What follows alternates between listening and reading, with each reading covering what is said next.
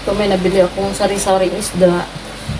Ito ay salmonete. Ito naman ay lapu-lapu. Sarap ito ipapaksiw ko. Sarap itong lapu-lapu. Pang tawag nito. Sweet and sour. Ngayon, itry ko naman paksiw. Dalawa ang lapu-lapu. Tatlong salmonete.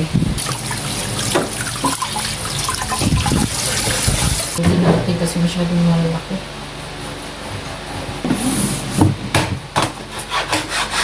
Ayan.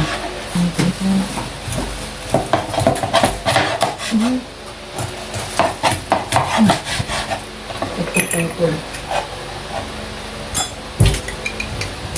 Ito kahit dalawa lang.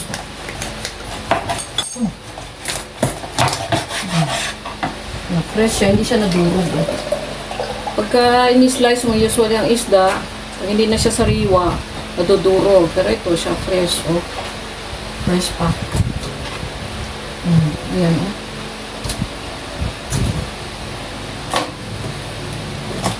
Tip ko sa inyo yan, pag bumili kayo isda, yung mata, malinaw pa, hindi mapula, tsaka malambot, hindi siya malambot dapat.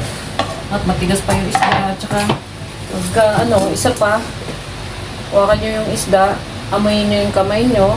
Pag iba na yung amoy ng isda, huwag mo nang bibilhin kasi bulok na yan.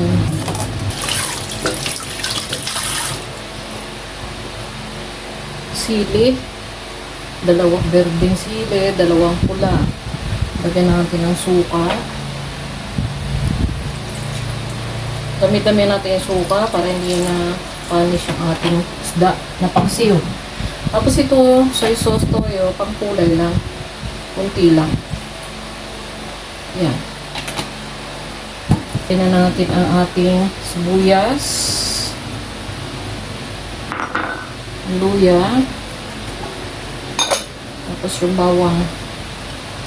Yan. Ayun. Lagyan natin ng crushed pepper. Para lalo siyang sumarap at bumango. Tapos ako, naglalagay talaga ako ng cinnamon bar sa aking niluluto. Lalo na sa isda kasi malansa. Yan. Tsaka lagyan natin ng laurel leaves. Yan. Lalong mabango at hindi na malansa. Ngayon, maglalagay ako ng ground pepper. May anghang, may kagat. Ang ating paksiw, masarap. Tsaka itong aking pampalasa. 1 teaspoon. Asin. Dalawain natin. Okay? Yan na.